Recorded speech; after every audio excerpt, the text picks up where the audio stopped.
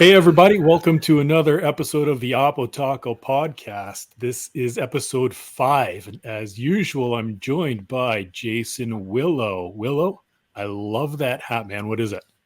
Victoria Harbor Cats, a little hometown collegiate team. So it's kind of, you can't really see her on the back, but a little bit of like an Expos vibe, which I love it. So yeah. Well, you rocked the Expos hat. Was last week or the week before? Yeah, 2 weeks ago. Solid. Yeah. So yeah, I love it. The panel. You're becoming the hat guy, man.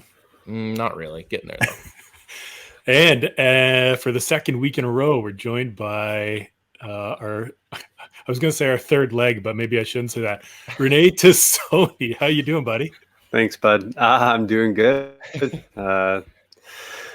It's been a long night last night, so it's good to be on here, and let's get going. Yeah, we appreciate it. You're looking like $1 million, though. Thanks. Okay. Little sleep, too. Here we go. Imagine him on full sleep. Okay. Tosoni, we neglected to do this last week because we had Scott Richmond on, which was fantastic, by the way. If you haven't listened to that podcast, go back a week and check that out. Richmond tells some great stories about his playing days. But in episode 1, Willow and I gave our own bios, a little bit about our playing career and what we're all about. So why don't you give us a little rundown on your playing career and your experience in baseball? Yeah. So we'll go back, like high school ball. Grew up in Port Coquitlam, played for the Coquitlam Reds in high school. From there, went to college in Florida, Chipola Junior College. Was drafted out of there to the Minnesota Twins, 36th round. Signed. I was ready to play pro ball. That's what my mind was set to. Played pro ball for 10 years. I was with the Twins for 7 years, and then I was with the Brewers for a year, and then I played indie ball for a couple of years, and then coached with the Atlanta Braves in the minor leagues. I was in AA as a fourth coach, and then I was a hitting coach in high A, and was able to coach some really good players there. Baseball Canada stuff, play on the junior team for 2 years, grade 11 and 12. And I was on the senior team from 2009 to 2019. A couple WBCs in there, World Cups and gold medals, silver medals, bronze medals. Those were the most memorable times of my life playing baseball too. Pretty impressive, pretty good resume, lots of experience. Yeah, noting there, Tosoni, you got some big league experience there, pal. You got to throw that in there. Yeah. How many games? I made it to the big leagues in 2011. I played 60 games. I was up for 90. Hit over the Mendoza line, which was good. Big goal for me. Yeah, you can have a 10-year career by hitting below it now, so you're good. Yeah. If I was a good catcher, that's about it. I don't think as a position guy or a DH, as I did quite often, could do that. So, it was good, man. It was tough going up and down mentally and wanting to always get back up to the big leagues. But just the experience overall, it was something that obviously I'll never forget. And I could always say I've done it, which it's really hard to get. Actually, I'll take that back. Found out it's easier to get there. It's harder to stay there. So, great experience. Gotcha. Awesome, man. Okay, before we get into our quick hits, we do have one correction from last week. Now, in our conversation about the Naylor brothers, the trio, we kind of tossed around that if, 3 brothers have ever been drafted by the same team, if, Miles gets drafted by the Guardians by chance, which is true, but I followed it up by saying, I don't even know if 3 brothers have been drafted in the first round before. And I was incorrect in stating that. We do have the Drew brothers, J.D. Drew in 1997. Yeah, was drafted by Philadelphia, 2nd overall. In the same draft, Tim Drew, his brother, was drafted by Cleveland, 28th overall. And a few years later, in 2004, Stephen Drew was drafted in the 15th round by Arizona. So 3 brothers, all first rounders. Pretty impressive. So I did want to, I checked that up after, and I was incorrect. So I want to make that correction. Let's go into our first segment, our quick hits of the week. Willow, why don't you lead us up on this one?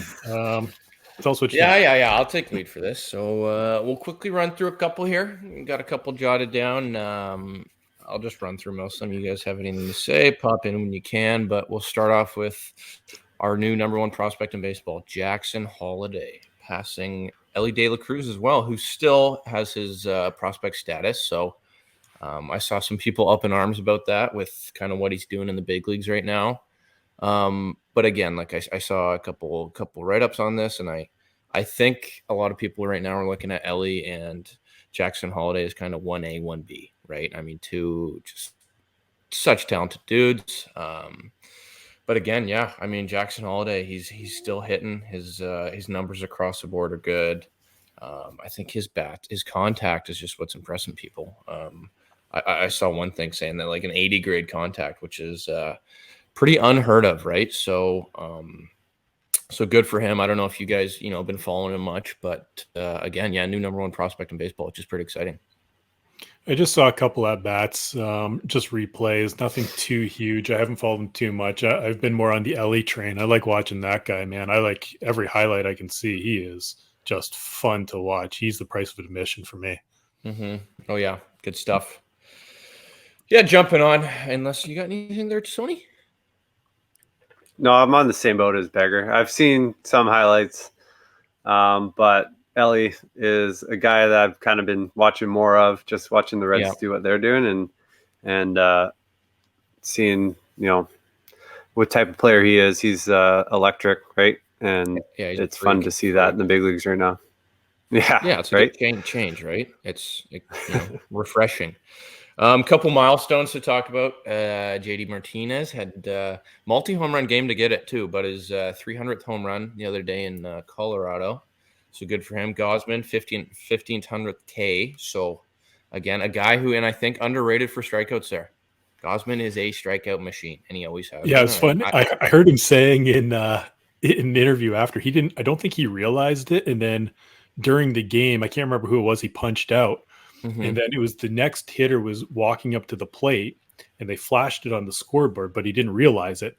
And he heard a big cheer from the crowd. And he was like, why? Because this is in Toronto too. Yeah. So why are they cheering for this guy walking up to the plate? And then I think he spun around and noticed. He was like, oh, okay, now I get it. It was awesome. And then final one, Joey V from Canada, 2000 games. So pretty impressive, huh? Very impressive. You think about the longevity of that career, and I actually looked it up. And Joey's 39 now, so he's no spring chicken. 2,000 games under his belt, and I was looking at his numbers. For me, Hall of Famer. I think more people are thinking he is than he isn't, but I have heard some people say I don't think he's quite there. For me, the numbers back it up. So it's exciting because we know him, personally a little bit anyway. We've played with him or whatever, or trained with him when we were younger. So it's pretty cool to see. Yeah, 2000 of the bigs. What is that to Sony? Like, I mean, you've been there again. Like that's. He didn't just make it to Sony. He stayed there. Yeah, he did the hard part, right? And he performed. So be able to get on the field every day, right? The season's not short. Obviously had an injury last year, which got him off the field, but he's been able to stay healthy and stay on the field and have those 2,000 games is such an accomplishment and actually perform at a Hall of Fame level. And I agree. I think he's a Hall of Famer. He's a gamer for sure. The only thing is he's been in Cincinnati for so long. It's nice to see that they're doing something now. He's been there hiding, and he's a great player, right? So hopefully something big comes this year. Yeah, it is tough. They're in the playoff position right now. They are. Yep. They are. He's almost in like that Trout category, and I know Trout's like realistically a better player than him, but like same thing. Like just been like Trout's been playoffs once, I think. Is it? Right, and it's just like. You got the best two players in baseball, personally. That's another for sure. Yeah. That's I wouldn't say. Well, Trout was a couple years ago for sure, but like, there's other guys coming up now that are still like top 5.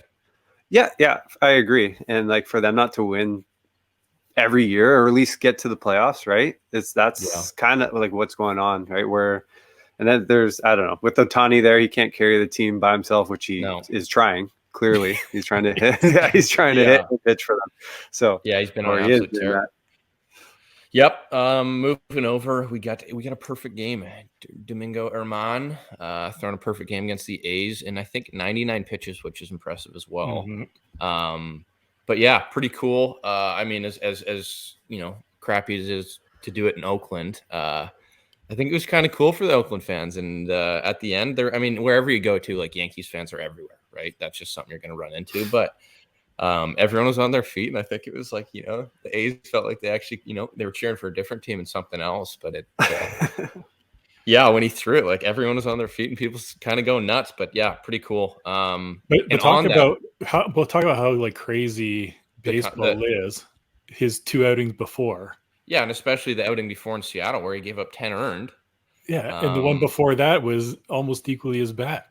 Yeah. And then he goes out and throws a perfect game. And it's crazy. It might be a different discussion, but I was talking to a couple of my buddies the other day, and it's like, well, you know, what did he do between those 2 games, right? Because there had to have been something where, you know, I'm sure whatever it was, right? You know, baseball guys are superstitious, but like I'm sure he did something different, right? And that could have been anything, right? But I promise, whatever he did then, he did it again before his next game. For sure. Yeah. So no, pretty cool there. Wearing the same outfit, whatever it took. Oh, absolutely. You can't change anything. He has not changed his undies in a week. I did the same thing though, and whenever I was doing well, I always same thing. I would like keep everything. Like, I mean, not like, you know, not undies, not down to that, but you know, a lot of things like routine. I would try. There's people that do that. I've seen it for sure. And then when you're slumping, I try to get dressed the same way. It's like, there you go. Yeah, you talk. Oh yeah, man. Like I get a couple knocks, and you're like, okay, what did I do yesterday? Oh, left foot or left sock first. Yeah, I'm definitely doing that again. Yeah, same socks. Left, right. Yeah, it was. Yeah, but the underwear, I gotta clean those. Maybe I clean them, wear them again. For sure. But guys, there's some guys that won't wash anything and wear that the next day. So, and then you got guys who have a really bad day and then they just walk right into the shower with their uniforms on. So wash away all the slumps. Yeah. Got to get rid of it. Yeah. Moving over, kind of first big trade of the year, Chapman to the Rangers. For left-hander Cole Regans and Ronnie Cabrera. I think this is interesting. I think a big move, right? And again, you look at playoff teams and guys who make it deep, and what do they usually have, right? They usually have a killer bullpen. And Chapman, whatever, again, same thing with Chapman and Germán. Like whatever Chapman did this offseason, like good for you, man. You're back up to, 104 chucking gas again, looking like old Chapman, right? Because last couple of years it's been brutal. He's been struggling.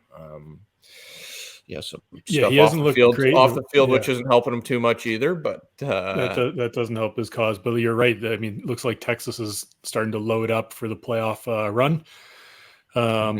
And you said like those relievers out of the bullpen, you shorten your starters down and you just run one reliever after another because you get the days off in there too, right? So you don't need to protect the bullpen as much. So you start running guys out there, the high leverage, high velocity, high octane guys who can just dominate and get outs and punch outs and everything that you need. And Chapman has shown that he is that guy again this year.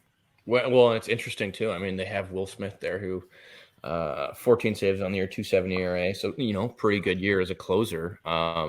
So I'm guessing they'll keep Will Smith in that role and use Chapman as probably, a high leverage guy, which a lot of teams in big leagues are doing now, right? I think they're kind of shifting away from that like closer role more to like that high leverage role, right? Yeah, you figure out where they're in the lineup. And, if you top of the lineup, you might bring your closer in the eighth or something like that, right? Yeah, and I feel like it used to be more slotted, like, you only throw your closer in when it's a save opportunity.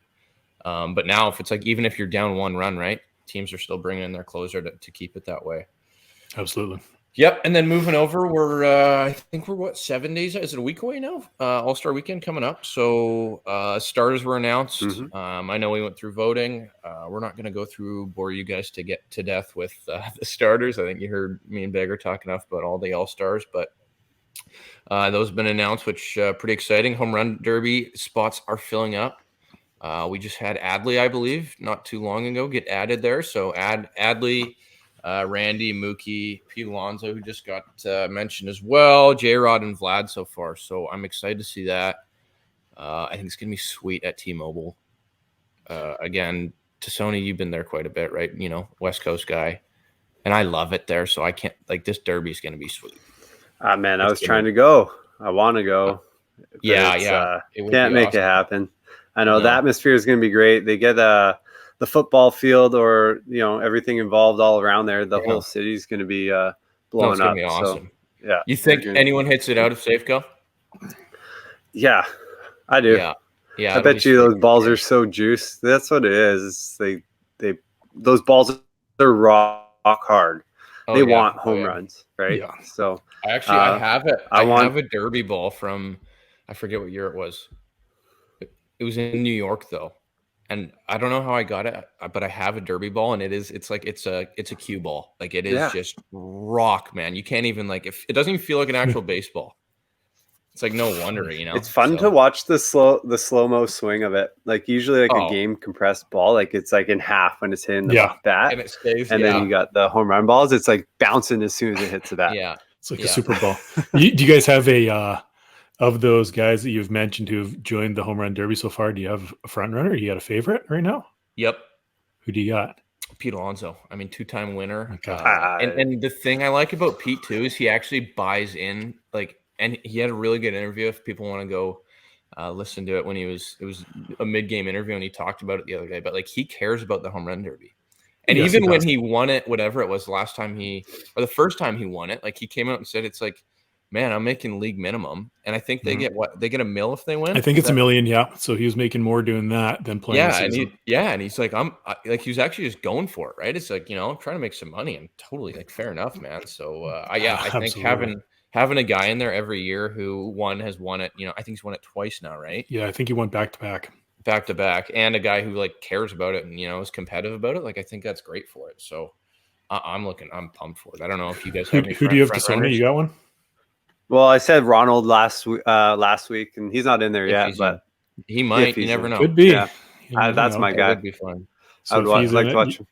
I got Betts though. I want to see Betts. Wow, little guy hit some homers. That's the cool, one guy's I do not have Betts. I don't either, and I don't have him winning it, but I think that he'll put on a pretty interesting show. He doesn't hit long balls, right? He hits hard line drive home runs. So if he could do that, I don't see him being a home run guy. You need that extra time, though. That's the only thing, right? You got to be over 440 and get that extra time. That's huge. That's true. That's all right. I'll go with my pick then. He's just a fun player to watch. Alonso, I was going between one of two guys. For me, it was between Alonso and J-Rod. You picked Alonso, so I'll go with the hometown guy there. I'll go J-Rod, see if he can. J-Rod would be my number 2 for sure. At home, man, he's going to be comfortable. Everyone's going to be cheering. It's going to be sweet. Or a lot of pressure. Cool. That'll be awesome. A lot of free Alaskan flights too. I know they have a promo there when he hits home run or something, but. Fantastic. What do you got next? I'll finish. Well, I'll finish with that, but I'll skip ahead. So this week coming up, we have a big series. Rays, Braves, and Bagger. I know you were chatting with me before this. How excited you are for this? Because again, a possible World Series preview, which is cool. But yeah, it will be a great series. See all week. I don't know. I think it's going to be very likely. These are your two leaders, league leaders in the standings, and neither team slowing down. The Braves are on an 8-game heater right now, right? So they actually have a better record than the Rays, who have had best record for most of the season. So, for me, this is it. This is almost like a preview. So I kind of want to see. I'm not going to obviously sit through all 3 games or whatever and watch every second, but I kind of want to see what the intensity is like, what the focus is like, and again, how they kind of tackle each other, the matchups and all the rest of it, because I think there's a good chance they're seeing each other in October or November. Yeah, it'll be fun to watch for sure. And then we'll finish up, and kind of a little segue in here for you, Tosoni there, but Futures game roster announced, which is exciting. We're not going to go all the way through it. Again, a lot of good names there. I think something to note is, and Futures game, I think it's overlooked, but and this surprised me because I I watched a bit of it last year, but I went back this morning, a little bit of research, hitting the stats, hitting the books. But last year, just a couple names to note in the futures game. Gunnar Henderson, Volpe was in there, Corbin Carroll, Jordan Walker, Ellie De La Cruz, Bobby Miller, Andrew Abbott. That's just a couple. I can keep going That's on. Unreal. But I mean, that's insane. It's insane. And I don't think people, and it's tough, right? Because you watch it and you're like, oh, this guy's pretty cool. People who don't maybe follow baseball as much. But yeah, like you think about that and you tell people like this year, if you told them the lineup last year, I'm sure more people would want to go back and rewatch that, right? Because it's like, these are future stars of the game. So pretty exciting with that. I think that'll be fun to watch. Get to see some younger guys and see kind of the future MLB. Well, and we could talk about the future that was past too, because one other name is future game roster. Yep. We've got sitting right in front of us, Willow. We are honored to have 1988 Futures Game MVP. Tosoni, you got the call, man. What? Yeah, tell us what.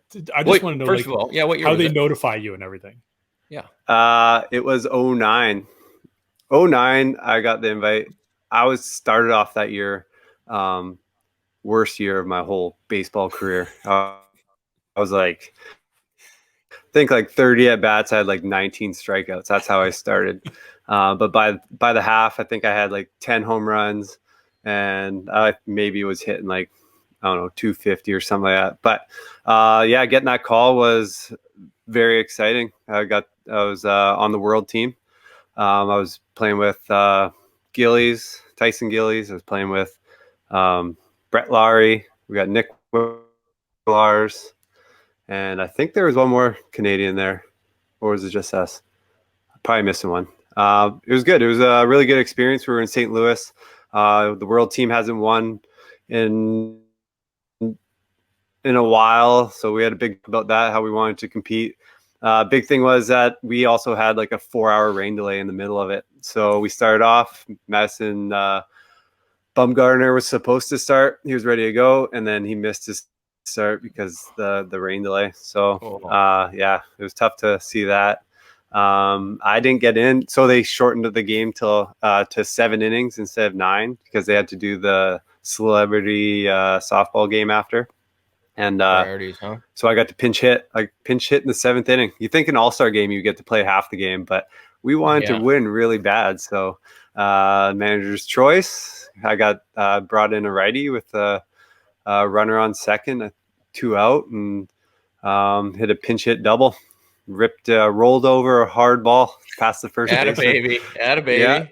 Yeah, earned me MVP, man. Like right off the bench, I got MVP of the futures. Yeah, I was going to mention that. Awesome. What was the score? Was it like a 1-0 game or something? I can't remember the score. I think there was a couple homers hit. I think it might have been like we ended up winning by 2, so we scored one more the next inning too. So played 1 inning in right field, 1 at bat. It was a good experience. Like all you needed for the MVP, huh? Impact they loved me player. on the bench. I was being such a good team guy. Like I think we just had the right people, the right media in there. Whoever voted, I don't know, but my brother came, watched. My wife was there. Nice.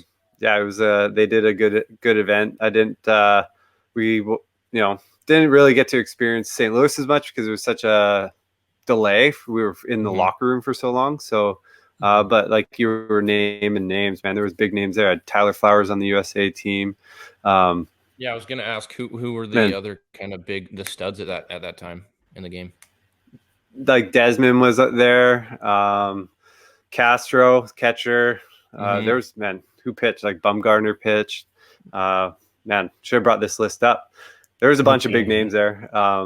Alvarez was there. It was unbelievable. A lot of guys are still playing that I was when I was there. Funny, so I'm thinking in your kind of intro, your bio, you stated that you were drafted in the 36th round. Mm-hmm. How many 36th or later draft picks are play in the futures game? I bet you that is a pretty short list. So that's pretty cool that you were there. We might have to. our crack research team, which I think is you and I, Willow. I don't know. So we might have to go look that up and figure that out. Yeah, that'll only take me a couple hours. Should be fine. Yeah, I mean, we're not getting any 36 Jordan rounders Leonardton went a couple years later. There you go. Thanks. What do you know what round Lenny was at? Because he went a couple years later than me. No. And same with VO. Van Ostren was there as well. So he went a year. So there might be more than we think, because we're all the world team, right? So we have to represent, Canada, and not many Canadians get drafted really high. So well, not many. Maybe that's how we sneak in. Not many players on the world team even get drafted, because they're all free agent signings, right? International and everything.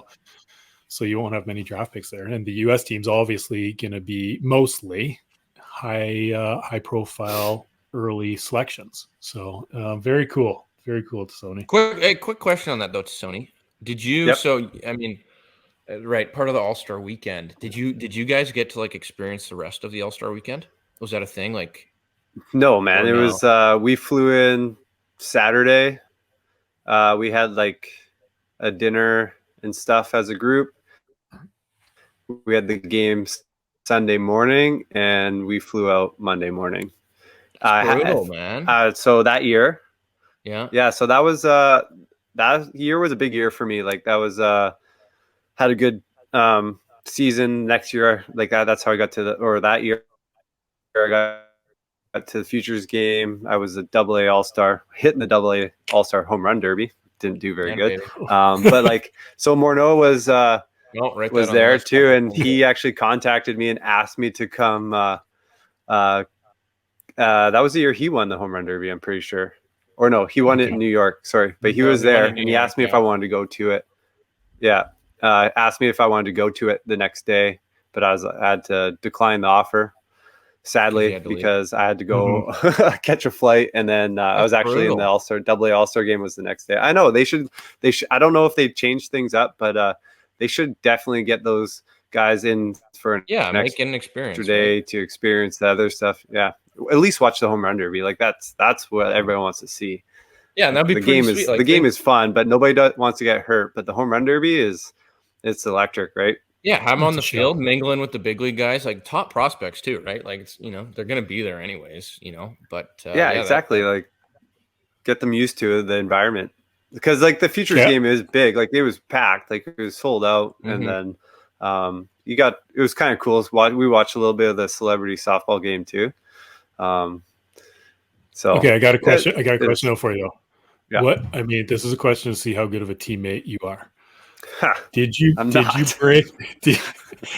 bring anything back to AA for your squad in New Britain from the Futures game?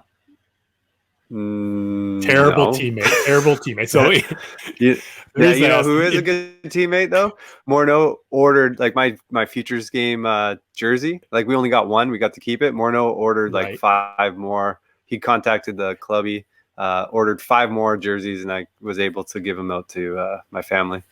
That's awesome. That's the reason class act right there. The reason I asked is in 2004 with the Giants. I was in AA then. And Matt Cain went to the Futures game, and he came back with a box of Futures game T-shirts for everybody. I was like, "Oh, what a great guy!" So now my question: I don't even think I got a random T-shirt. Nothing gets bigger, more fired up than a free T-shirt. Free clothes. Free stuff, I probably still have it. I'm not gonna lie. It's somewhere. It's definitely somewhere. So So that's my question. We'll ask that to anybody who plays in the Futures game. Did you bring back a T-shirt for your teammates? Yeah, we can get Denzi on. That's a question for sure. 100%. Well, and that's something we can ask Denzi when he's on too in a couple of weeks. Is his experience, because again, it might have changed since you were in there, Tosoni. So I would like to hear that for sure. Yeah. That wraps up the quick hits, I believe. Willow, let's move on to the main event. All right, so we're going to lean on Tosoni again here because of your unique experience and the draft coming up. We thought it would be really interesting to talk about your kind of, I guess it's kind of a side job now, but your experience working as a professional scout. You are a scout for the Blue Jays. That's correct. And I think it's just unique because a lot of people probably don't get to talk to many scouts, what they look for and things like that. So let's go through this a little bit. Like, first thing I want to know is how you transition from a play or retire. Maybe you're out of it for a bit. How'd you get to be a scout? It was I wouldn't. Well, it was just like through a bunch of conversations with people. Like, I was coaching high school baseball, living back in Vancouver, and I was just contacted, like, because I see a lot of the West Coast guys, and they were looking for someone to cover West Coast amateur, right? Part-time. I'm not a full-time scout. It's just part-time. So, yeah, just kind of conversation. Someone called out and asked how I'd feel about it. We'd have to, go see a player here and there, or at least like talk about players that I see being a high school coach. So kids I play against. Also, like, able to help coach the junior team, like Team Canada. So being able to go see those, like, the best Canadians. So now I get to compare not just the West Coast players, but then I get to have an opportunity to watch them at the world stage, right? Or playing, minor league teams or whatever it is on whatever trip.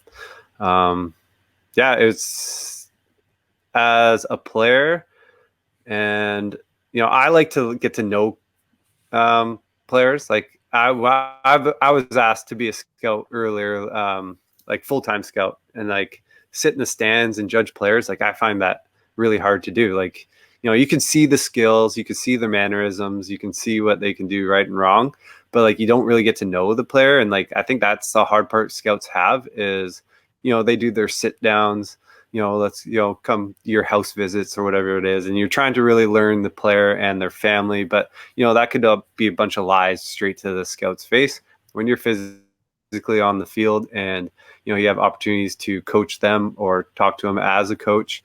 You can kind of really see what a player is like. Are they humble? Are they, arrogant? Whatever it is.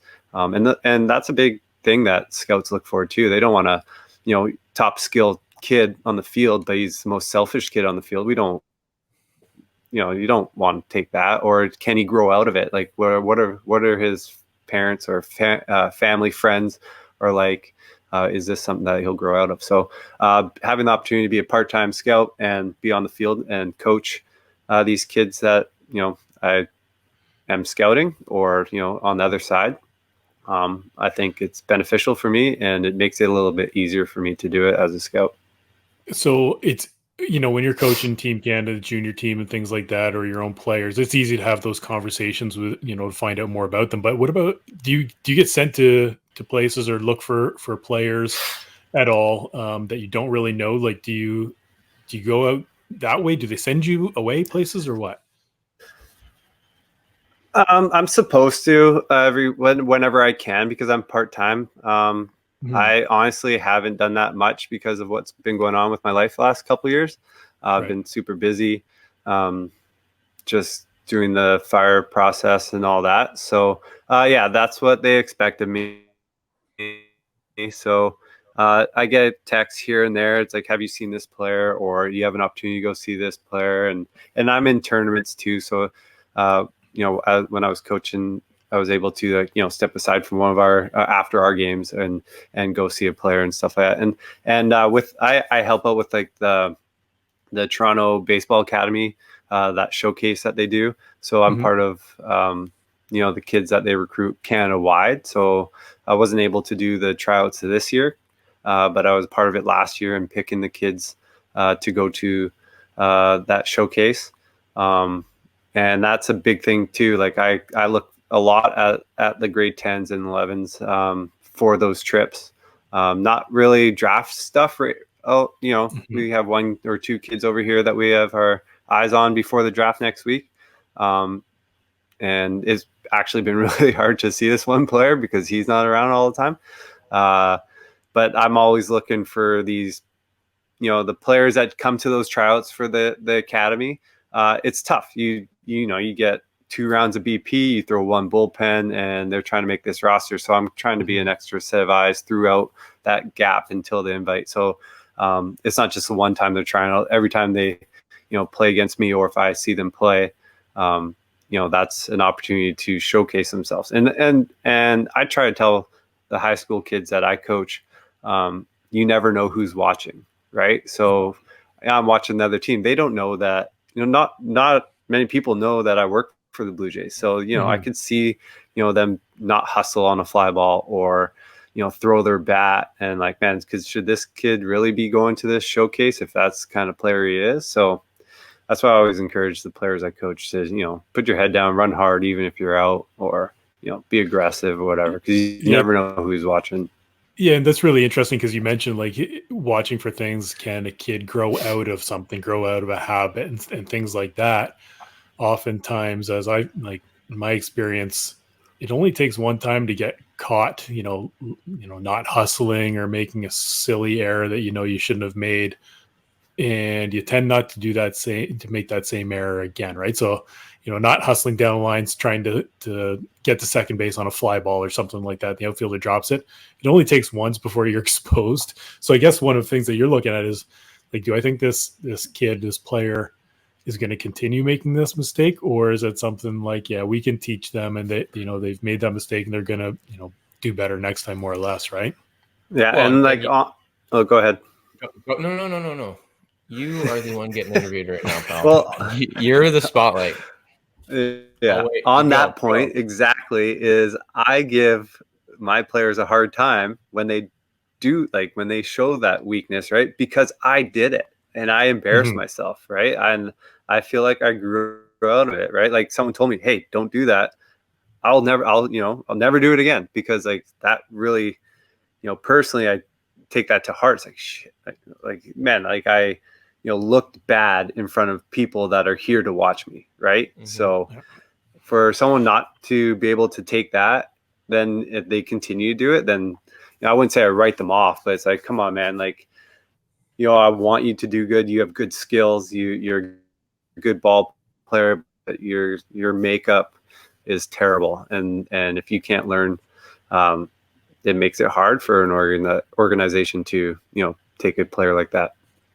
Well, even now in the big league, sometimes we see examples being made of people, right? Of big leaguers when they don't hustle out a double or something like that. The one that I hate is the fly ball, the wall scraper home run that may or may not go, and they're sitting there watching it like it's a 450-foot shot, and it ends up not going out, and all of a sudden they're at first base, like barely getting there. It's like, are you kidding me? Like, and yeah. Some guys get benched for a game or two because of that, right? The lack of hustle. So, yeah, I'm with you. The hustle is a big thing, but very cool. I want to know a question there, Bagger. 100%. Jump in. No, just one thing though. I mean, like, I've been around a decent amount of scouts and talked and stuff like that through my, playing days, and I don't know, Tosoni, you can kind of speak to it, but it's like, I think it's a misconception about like, and you tell me, because I know everyone scouts a little bit different, but like, I don't know, like you hear it all the time from people, but it's like as scouts, sometimes like you guys want to go to the field and see guys, fail, right? And I know I hear scouts all the time. It's like, and especially you, like if you're going to see a guy, you got skill, right? That kid's got skill. There's a reason you're going to see him, right? And I mean, I know a lot of people like in my high school days when I was kind of getting scouted, like, it was like more important, again, like you said, like, being on top of yourself when you're not doing well and hustling and stuff like that. So can you kind of speak on like how much you look at actual results wise in games to also, like you said, like characteristics of around hustling or, bad body language with, if you go 0 for 4 or 3 punchies or something? Yeah, exactly. Like for a hitter, for example, man, like you can have 4 quality at bats and have 0 hits, right? And like what I look for a hitter is how their at bats are, how they act when the umpire calls a bad strike on them. Like, are they going to react, or are they going to just step back in the box and ready for the next pitch? Consistency, like their swings, are they chasing bad pitches? Are they barreling up, 90% of the time, right? Like you said, we go there because we know they have skills. Like I can go there because they have a nice swing, nice arm action. They throw 98, but does that 98, throw strikes? right? So if you can throw strikes and it changes, right? Those are guys that we look for. And then definitely mannerisms. When a pitcher gives up 4 runs, is he throwing his gloves, snapping at the ball when he gets the ball back? Is he blaming his teammates for making errors behind him? Is he picking his teammates up, after they make a big play? You look for that stuff. Like I want to know, like, if a guy hits a ground ball to short, is he going to jog to first base? Or is he going to try to beat that out and try to challenge the shortstop? Or, like deep fly ball, possibly a home run, or just a routine fly ball. Like my big one too, man, high fly ball to the infield. I want you on second base. I don't care if you get thrown out. I want you to hustle. I want you to challenge them. If it's really hard to miss a fly ball to the infield and pick it up and throw it out at second, be ready for that, right? So that's a big one for me. I love coaching first base because I want them to, if it's a single, I want you to want the double. If it's a double, I want you to want the triple, right? So mannerisms, big one for me. Like you said, we're there to see the skills because we know you have the skills. And then just kind of failure is where you're going to be exposed, right? So if you, it's good to always come back, right? So if day one guy has a bad or a good day, or a bad day, whatever, go back the next day and see how the player is. Is he, if he had like 4 for 4 days, he walking around with his hat backwards, like thinks, he's the best player around, or he just does the same routine, like stuff like that, right? So if you go see a guy, for sure, that's a big scouting thing. 98, but he gets his neck snapped a couple times, couple runs on him, but he's he's really good. He's infielders miss ground balls. He's like, no worries. He's like that. He's that player you want. Even though the results aren't there, like, will you still walk away from the field, like, thinking like, that's and again, like, he does have to put up numbers and he has to follow up, but like, what you throw 98, he's on everybody's radar, right? Yeah, exactly. Right. So you got to take everything. Yeah. And it's high school ball too, right? So you might only have 2 or 3 really good players on the team, and you might have a tough defense. You might have outfielders that can't cover the outfield like a minor league team would, right?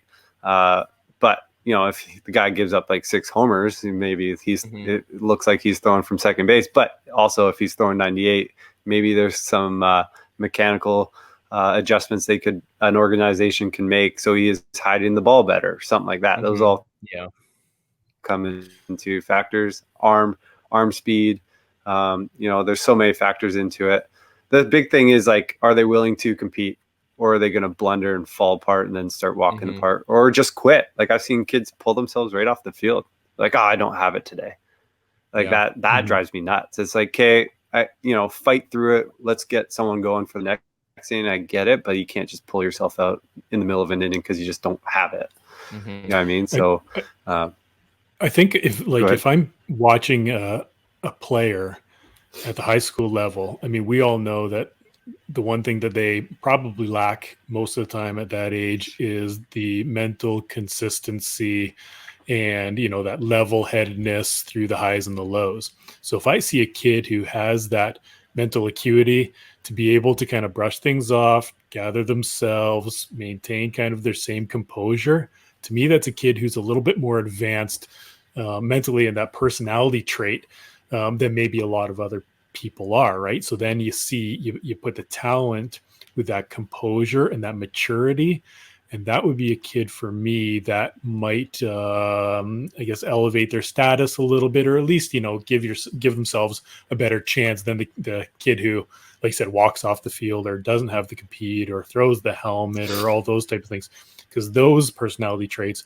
are tough to change. That is kind of who you are as a person, right? Not saying it's impossible, but it is a little bit tougher. So if you're naturally the person who brushes things off and picks your teammate up and all those types of things, I think you give yourself a better shot of being seen by somebody like yourself.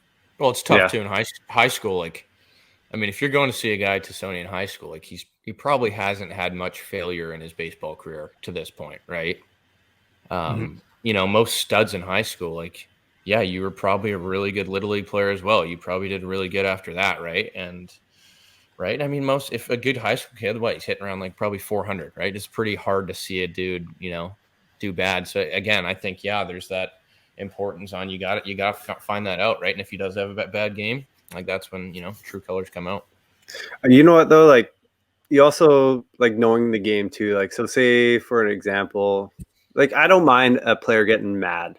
Like I want to see some sort of emotion for sure. Like, tough start, whatever, give up a couple hits, but it's like in those big moments, okay, you got to run around third late in the game, time run or something like that, and you can't get the runner in. Like, yeah, be frustrated. You should be. Doesn't mean you don't hustle to first or something like that. But like if you're in the dugout and you like, drop an F-bomb or whatever, obviously we don't want to be doing that all the time, but like understand that they care about the game too, right? But if it's like nobody on and you're up 5-6 runs and you strike out and you come off snapping your bat or something like that, it's like that's pretty selfish to me.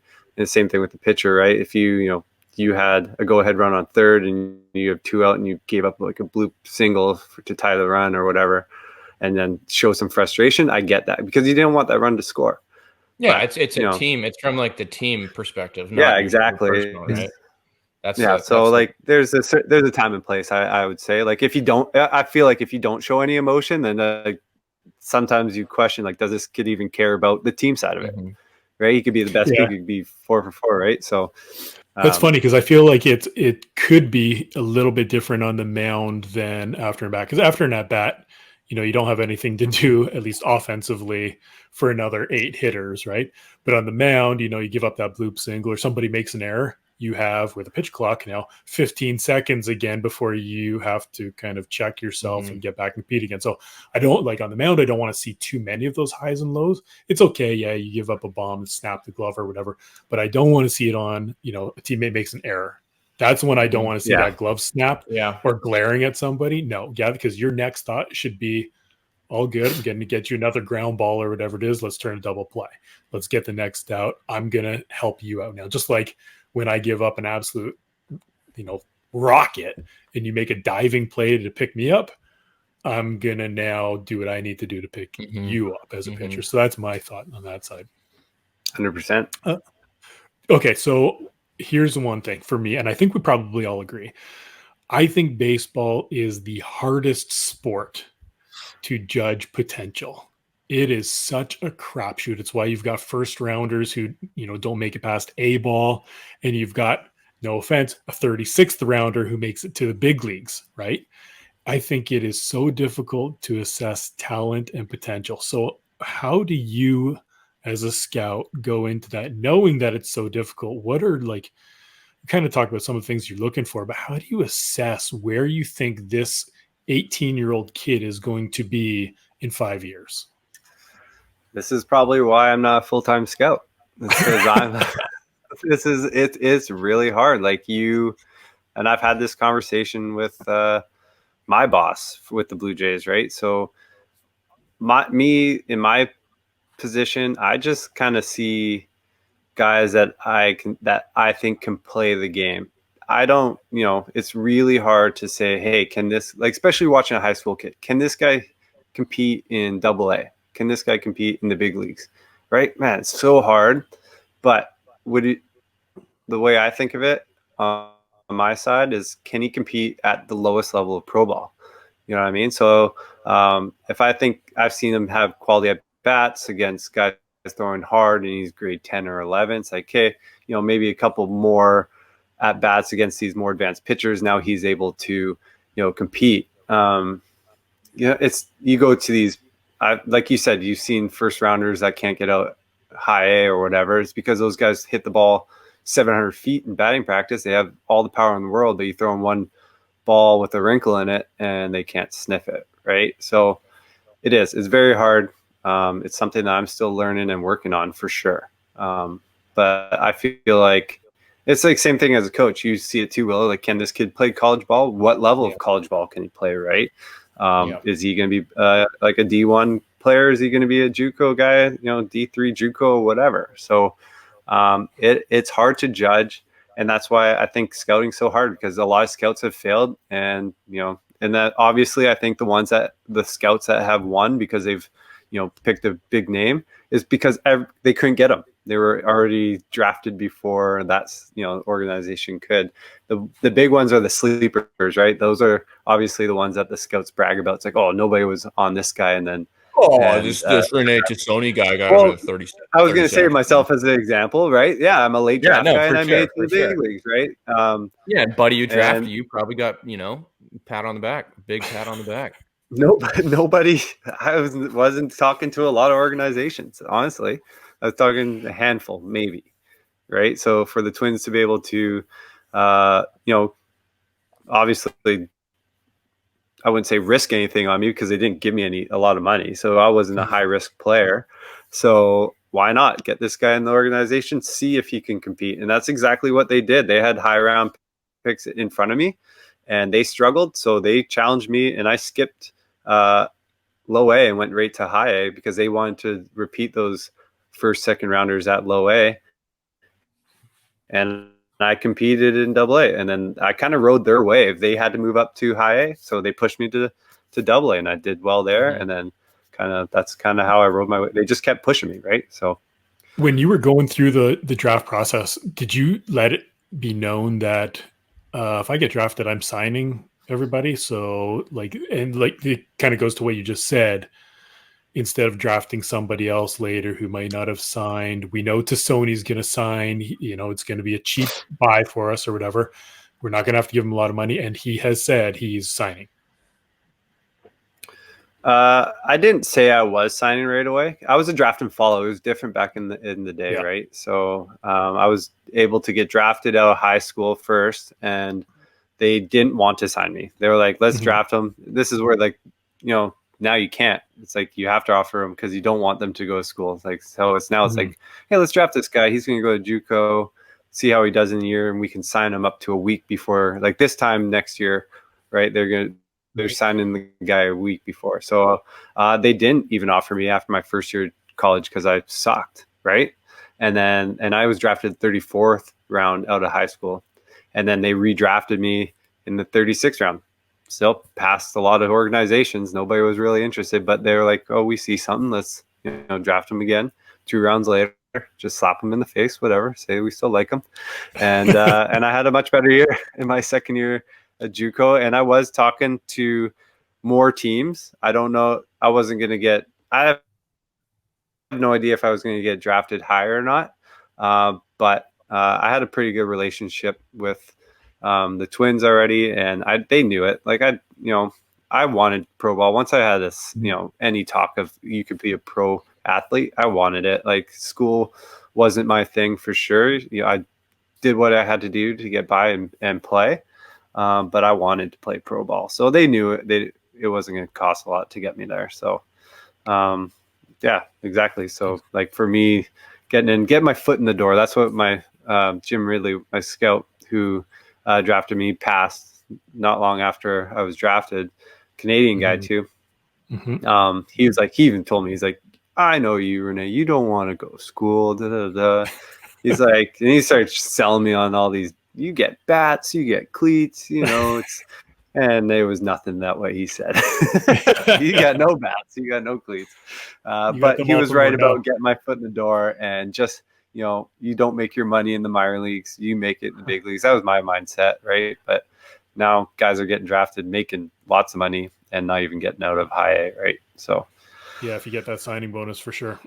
Let's go back a little bit here. I want to ask you: we talk about 5-tool players and everything like that, but if you're sitting there and you're going to watch a young player, is there one tool that you particularly like to see over another that kind of takes priority, or no? Can we first have a little breakdown on the grading scale? I think that might be I'm still learning that one, but okay, No, I know it. So the scouts do it from 2 to 8, so 20 to 80, and 80 being like elite baseball player, right? And then like a 5 is average. What is the origin of that? Like, you guys ever think that? Like, what dumb numbers? Yeah, 100%. Because why is it not 0 to 100 or 0 to 10? I've always thought that. Because 5 is still the middle ground. 5, yeah. I don't know, like right? It's just, I've always thought that. It's me as well. Like, I'm like, what is this? Like, like we do this like an arm from the outfield. It's like, okay, what is his? Where are you going to rate his arm? I'm like, I don't know. What did he throw? Oh, he threw 90 from the outfield. I was like, well, that's pretty pretty good. And I'd give that like a 7, and they'd be like, no, that's way too high. Like that is, a 7's like a 100 from the outfield with a crow hop, right? So keep going. Sorry, we cut in there on you. My bad. 5, like if you look at it, 5 is the middle, right? So 5 is supposed to be like the average big leaguer, like, or I wouldn't even say that's a below average big leaguer. So most big leaguers should be around like the 6, whatever, 4 or 5, 6, because you can cut it in half. You could be in the middle of that. So so 8 being the best, and then 2 being the worst. If you're a 2, you should not be playing pro ball, right? Yeah. So 5, 6, good. And then you do a lot of potential too. It's like, okay, he's a 5 here, but I could see him being, a 7 arm, or so you go into all that. It is a learning curve, and I could be way different than you, right? Mm-hmm. So I could see a guy's footwork and arm from the outfield and be like, I think that's, really good, and I'm giving him a 6, 7. And then there could be someone's like, I don't like it. I think he's more of a 5, 6 guy or something. So it all varies. And then potential, man. Do teams have like philosophies to try and like stick towards? Like, do the Jays have something to try and be consistent with that? You know what I mean? Yeah, they have a platform. When you are talking scale, you can, if it's a velo thing. Yeah, exactly. So like it's easier with like I personally think like with other numbers. So if it's like a 60-yard dash, right? So, like an 8 would be like a 6'2", 6'3" kind of runner. That's like a really high, right? Because there's not many 6'2", 6'3" runners in major leagues. Right? So it's easier to do. Yeah, it's easier to measure it with like the velocity and the speeds. With the hitting side of it, the power, right? So raw power, like. Personally, we have a scale, like if he's hitting it to center or opposite field, like then that's like a 7, 8 power, right? Because they are able to pump homers opposite field. Mm-hmm. They're not going off of exit velo or anything. They're going off of just raw strength. And then, like velo, if you're in the high 90s, like 100 in the 100, early hundreds, then you're an 8. Right. Mm-hmm. So if you are, throwing low 90s, you're probably 5, because that's where it is now. Like that's kind of what the average is low 90s. So I think we have a scale. Like I can go onto our 94. Website. Nice. Oh, is it? Yeah. So I think so. Yeah. Like we have like a thing that I can go into, and if I have any questions about where I should scale like something like that, like a speed thing, like if I went and watched someone run and I saw the time, I was like, oh yeah, that guy's a 5, and then they could actually go, nope, we have a scale. If he's a 6'4" to 6'7", we're actually going to put him down as a 6 or something. So, gotcha. But like the contact stuff, like it's tough, like hitting wise, man. Yeah, those ones are hard. The footwork stuff, like at the infield, moving around. Throws from short, like how consistent is he throwing the ball to the chest of the first baseman on the run in the hole? Because he could have an absolute hose, but it could be, he has no idea where it's going across the diamond, right? Yeah, so like arm strength, he could be like he's a 7, but accuracy, he's a 3, right? Will he get better? Outfield, same thing. He could be throwing 100 from the outfield. Is he throwing it over the backstop, or is he, throwing it left and right? How accurate is he?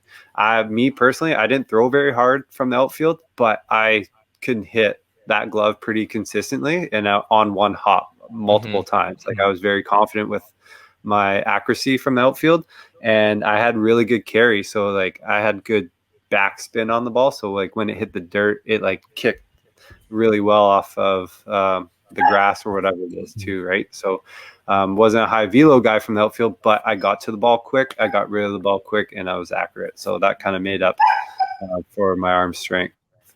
So it all varies, man. It's really hard, this scale, and like I said, I'm still learning and judging, and I don't want to downgrade guys who should be good, or I don't want to overgrade players that might not be very good, right? You want to do your best and be consistent at it. Well, speaking of judgment, being a former player, big league player at that, do you find that your experience, like, is it easier for you to use a little bit of your personal judgment then a lot of it now we see it as the data analysis, right? And all it is checking off boxes and looking at grids and this and that, and radar guns and exit velos and all this type of thing. And, I mean, that's consistent, but how much of it is about the eye test still for you?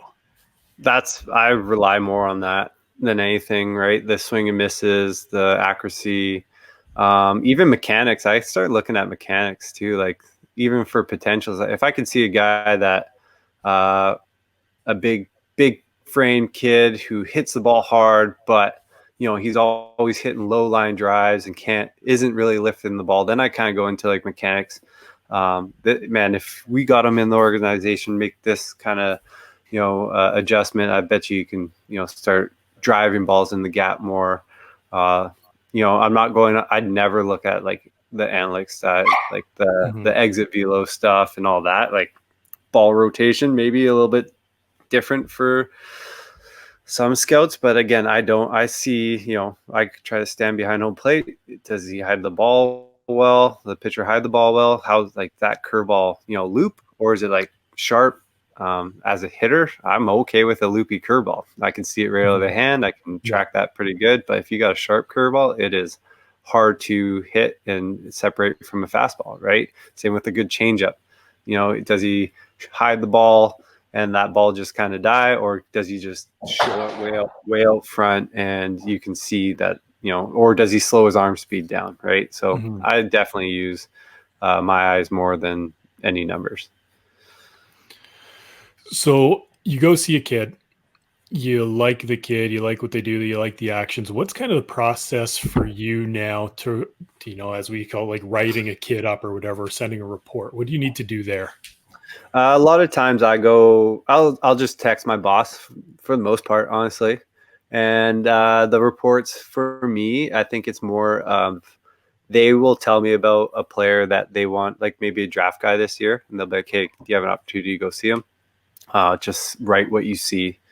There'll be, if I had a previous report, I could check what I wrote last time and I could compare it to this time. And you'd go into the same things, like, I take down that bats, how many at bats I saw in the day or two.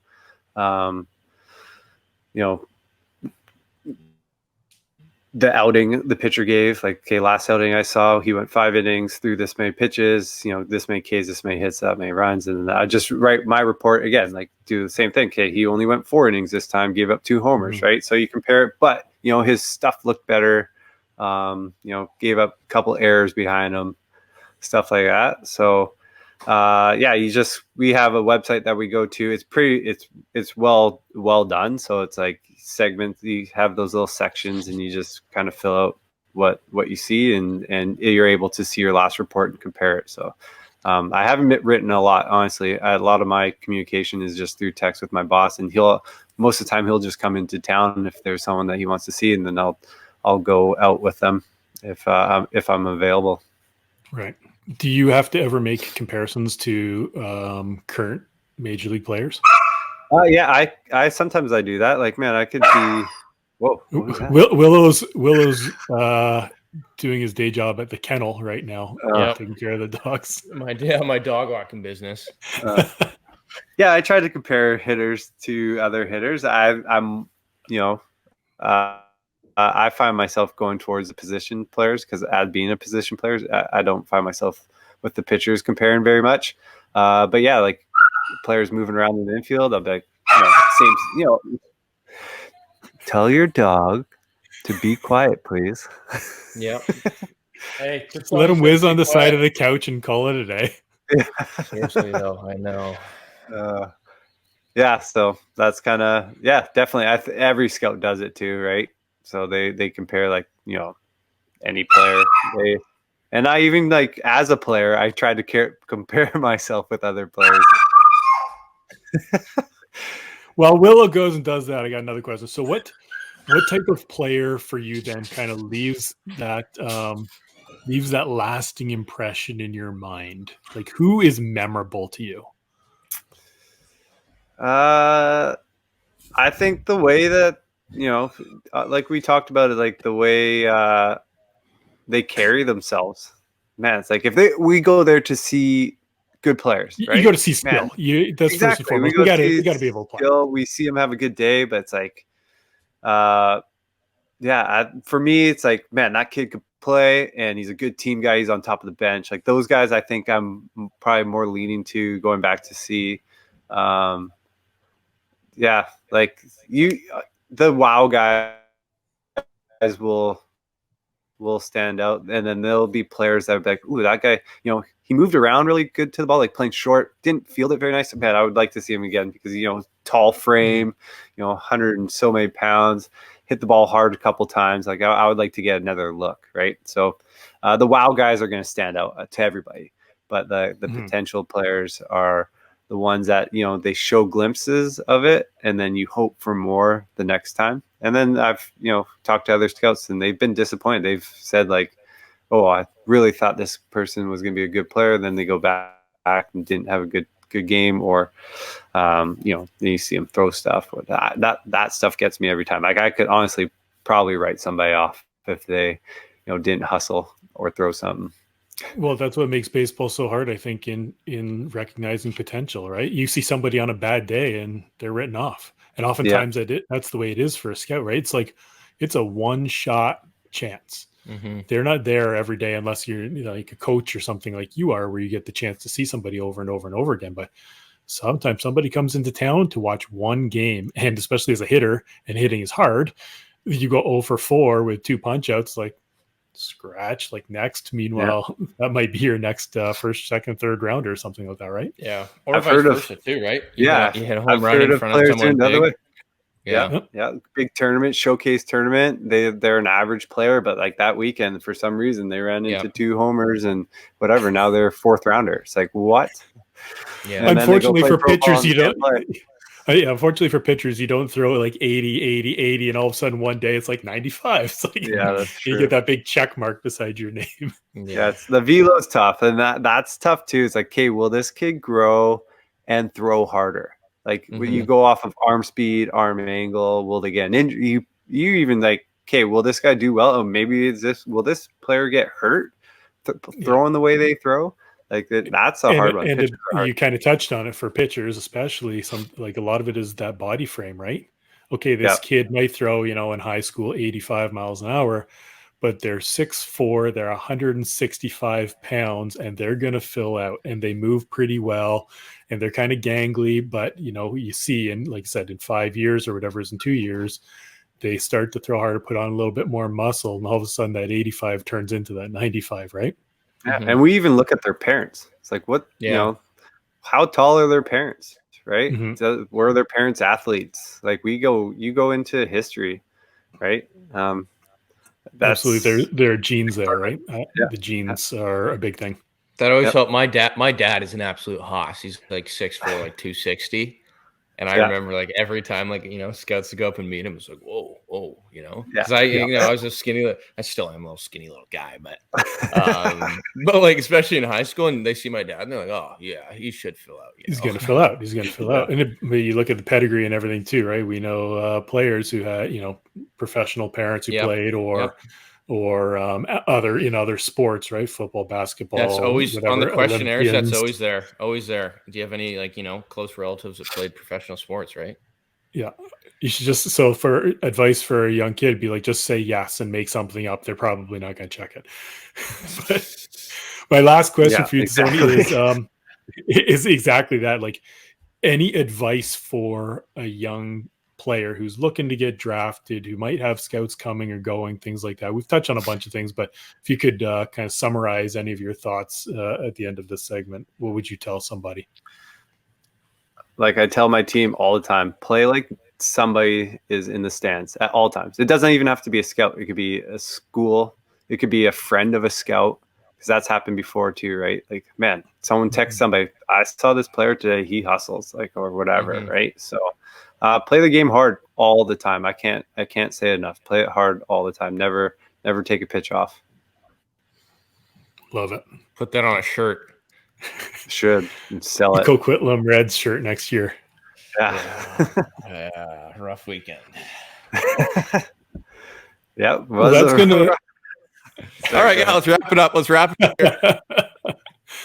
Okay, let's we're gonna wrap that segment up, and that's gonna do it for episode 5 of the Oppo Taco podcast. So I hope you enjoyed it. If you did, feel free to subscribe to the show, get notifications when we post a new episode, leave a comment, add a like. We'd love to hear from you and see what you think. So until next week, Well, Oppo do you want to tease Taco. it for next week? A little draft talk. So be ready. Well, for it. okay. Well, we're going to talk about the draft next week. We're going to kind of land right in the middle of it. So we'll see what happens during them. Maybe somebody will find another Tosoni.